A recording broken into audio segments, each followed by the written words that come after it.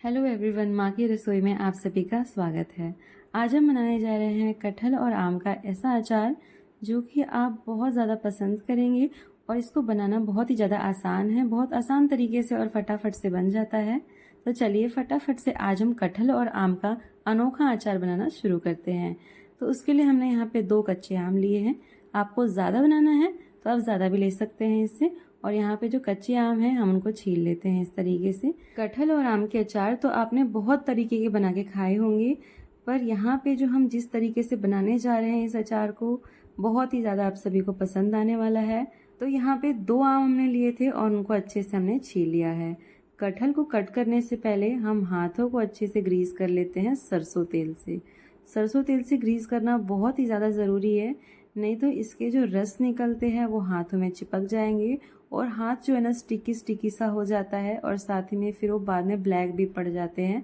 तो यहाँ पे कटहल को काटने से पहले जब भी कट करें, चाहे सब्जी बनाने के लिए चाहे अचार बनाने के लिए, तो कटहल को हमेशा काटने से पहले अपने हाथ को ग्रीस ज़रूर कर लीजिएगा। नहीं तो कोकोनट ऑयल से भी आप ग्रीस कर सकते हैं या सरसों तेल से भी ग्रीस कर सकते हैं। तो यहाँ पे देखिए जो कटहल का छिलका है बहुत ही आसानी से हमने पांसुल से छीन लिया है। अगर आप इसे छीलेंगे चाकू से तो बहुत मेहनत लगेगी, परसुल से बहुत ही आसानी से हम इसे छील लेते हैं। यहाँ पे देखिए कटहल जो है उसमें से निकल रहा है जूस, जो वाइट कलर का होता है ना, जो स्टिकी सा होता है वो निकल रहा है। तो यहाँ पे हम उस पर थोड़ा सा सरसों तेल लगा के उसके छिलके से हम रब कर देंगे तो ये बिल्कुल साफ़ हो जाएगा और इसके बाद जो इसका रस है ना वो नहीं निकलेगा। अब हम इसको अच्छे से धो लेते हैं ताकि सारी जो गंदगी है या फिर सारा जो इसमें रस लगा हुआ था कटहल में और जो आम है अच्छे से साफ़ हो जाए। तो अभी अच्छे से हमने धो लिया है। तो चलिए फटाफट से अब हम बनाना शुरू कर लेते हैं। तो अब धो लेने के बाद सबसे इम्पोर्टेंट चीज़ है कि हम इसको कपड़े से अच्छे से पोंछ लेते हैं, क्योंकि ये जो कटहल का अचार है और आम का अचार है ये हमें इंस्टेंट बना के खा सकते हैं। मतलब ऐसा नहीं जैसे नॉर्मल अचार बनता है ना तो बहुत दिनों तक हम उसको धूप में रखते हैं, पकाते हैं, तो ऐसा कुछ नहीं है। तो हमें इसको क्या करना है ना कि पोंछ लेना है अच्छी तरीके से। जो नॉर्मल अचार होता है हम उसको धो के धूप में सुखाते हैं, पर ये फटाफट से हम बनाने वाले हैं और फटाफट से हम इसको खाएंगे भी। मतलब बिल्कुल भी 2-4 दिन रख के ऐसे धूप में वेट नहीं करेंगे, तो इसीलिए हम इसको पोंछ लेते हैं। और यहाँ पे जो कटहल है हम उसको छोटे छोटे पीसेस में कट कर लेंगे। ये जो कटहल और आम का अचार है बहुत जल्दी बन भी जाता है और इंस्टेंट आप इसको बना के खा लीजिए। चाहे ठंडी का दिन हो चाहे गर्मी का दिन हो, आप इसको कभी भी बना सकते हैं। धूप नहीं भी हो ना तो भी आप इस अचार की रेसिपी को बना सकते हैं। तो यहाँ पे देखिए जो कटहल है हम इसको छोटे छोटे पीसेस में कट कर लेंगे, क्योंकि फिर हमें इसको कूटना है, इसीलिए हम इसको छोटे छोटे पीसेस में कट कर रहे हैं। इससे क्या होगा ना, बहुत जल्दी और बहुत ही आसानी से हम इसको कूट लेंगे। तो यहाँ देखिए ऑलमोस्ट सारे कटहल को हमने छोटे छोटे पीसेस में कट कर लिया हुआ है। तो चलिए फटाफट से ना हम इसको कूट लेते हैं। कूटने के लिए हम यहाँ पे सिलवट्टे का यूज़ कर रहे हैं। सिलवट्टे पे बहुत ही आसानी से हम इसको कूट सकते हैं। ये जो कूटने वाला होता है ना बहुत ही आसानी से और फटाफट से इसको कूट लिया जा सकता है। इस तरीके से आप इस अचार को बहुत सारा भी बना सकते हैं और बहुत ज़्यादा दिन आप इसको स्टोर करके रख सकते हैं। कम मेहनत कम समय में अचार बन के रेडी भी हो जाता है और इंस्टेंट बन जाता है। तो यहाँ पे देखिए इस तरीके से हमें अच्छे से कूट लेना है। तो ये जो लच्छे होते हैं ना, कटहल में बहुत सारे रेशे और लच्छे जैसे होते हैं, तो हमें उसको हाथ से इस तरीके से रब करके अलग कर लेना है। नहीं तो जो पीसेस मोटे रह जाते हैं ना तो वो थोड़े से अलग लगते हैं ना। मतलब हम इसको कूट के बना रहे हैं तो इसीलिए हम इसके पीसेस या फिर जो भी लच्छे आप बोल सकते हैं, इसको हाथ से इस तरीके से मसल के थोड़ा अलग कर लेंगे। बहुत ही परफेक्ट बनता है इससे और खाने में भी बहुत ज़्यादा अच्छा लगता है। जैसे हम नॉर्मली बाज़ार से खरीद के लाते हैं अचार, उससे तो इतना ज़्यादा अच्छा बनता है ना कि अगर आप एक बार इसको बनाएंगे तभी आपको पता चलेगा कि कितना ज़्यादा टेस्टी बनता है।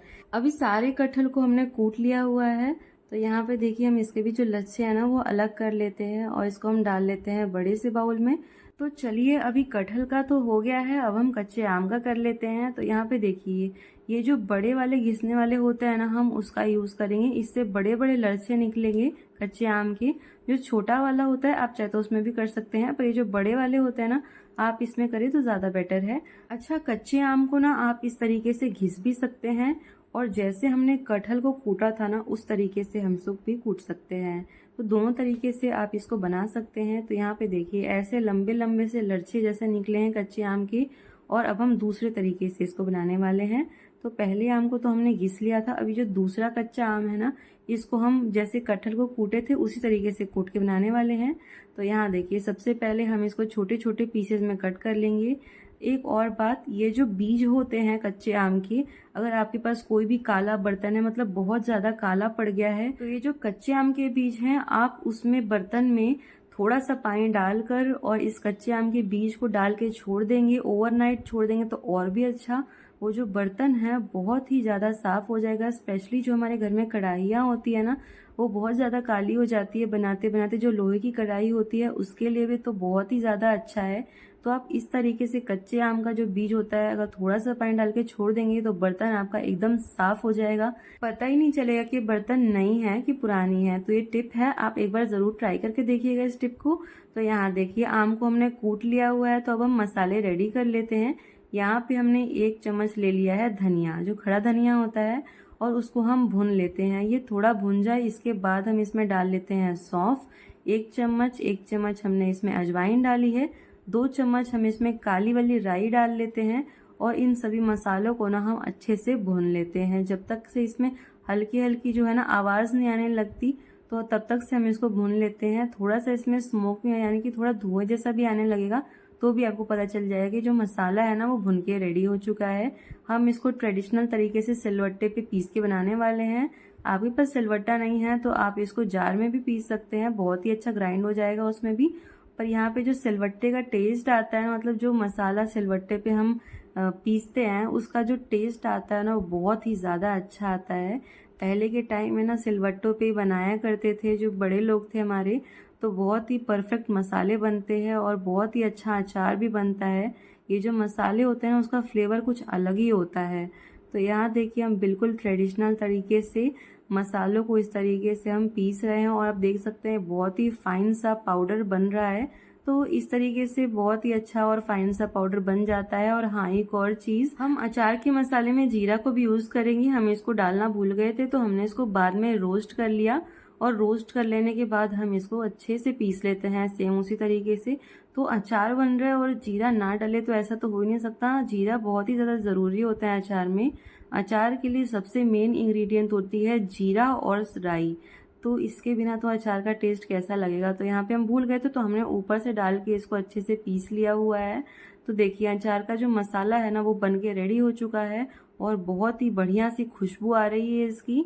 ये जो अचार का मसाला है, सोचिए जो अचार घर में बनता है वो बहुत ज़्यादा अच्छा होता है, क्योंकि हमारे सामने बनता है, वो हेल्दी भी होता है।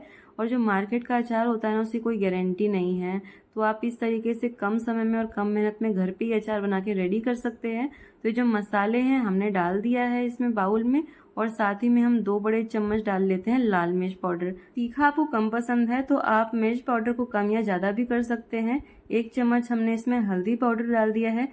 3 बड़े चम्मच हमें इसमें डाल देंगे नमक। अब हम अचार में सरसों तेल जो डलता है उसको भी रेडी कर लेते हैं। तो अचार में जब भी आप सरसों तेल डालिए, तो जो सरसों तेल है ना, हमें उसको गर्म करके डालना होता है। डायरेक्ट सरसों तेल हम नहीं डालेंगे। टोटल हमने 150 ग्राम यहाँ पे सरसों तेल डाला हुआ है, और जब ये गर्म हो जाएगा तो हम फ्लेम को ऑफ कर देंगे, और सरसों तेल ठंडा हो जाने के बाद ही हम इसको मसालों के साथ मिलाएंगे।